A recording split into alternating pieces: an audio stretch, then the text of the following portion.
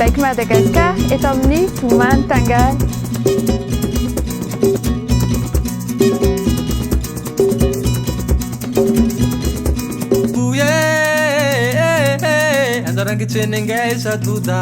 Ny Bec Madagascar dia mpivarotra velolo voalohany indrindra, ao ihany koa ny pièces détachées en tout genre hita eny amin'ny magasin misy anay eny Ambatobe.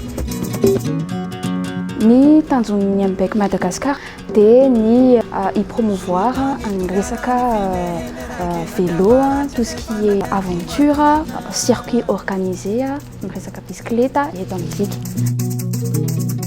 Araka niteneniko teo, afaka ahitananay raha ohatra ka te hanjifa bisikileta na no location ianareo dia afaka mahitanay any Ambatobe, any amin'ny villa Mihaja Mialtina. Afaka ahitananay koa eo Antsahavolana akaikin'ny ministère ny environnement izay ahitana ny atelier ahafahana manao raha ohatra ka misy simba ny bisikiletatsika na mila atao entretien dia afaka mandalo amin'ny atelier ao Antsahavolana. Ny Bec Madagascar dia mizara roa izy manomboka izao ny bike shop zany izay ahitana ny resaka vente ana vélo, ao ihany koa ny resaka pièces détachées isan-karazany zany ahitana azy daholo any amin'ny magasin.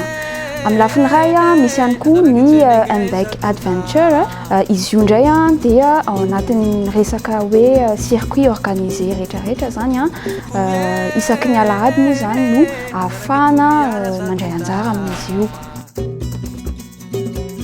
Ny fiara-miasan'ny Bec Madagascar amin'ny coopérative Tangala Maintso moa zany dia mizara roa.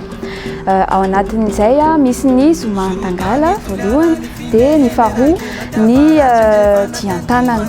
Io dian-tanana io moa zany visite ataoko hoe fitsidihana ireo 12 collines na hoe vohatra 12 lehibe misy eto amintsika. Afaka manao sport izany isika no tena ao anatin'ny resaka fizahan-tany.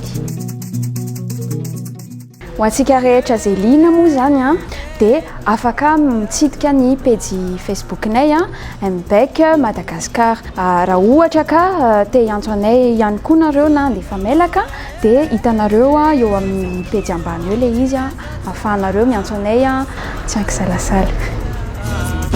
Tomany Tangala, Ranty, Takalo, Sara.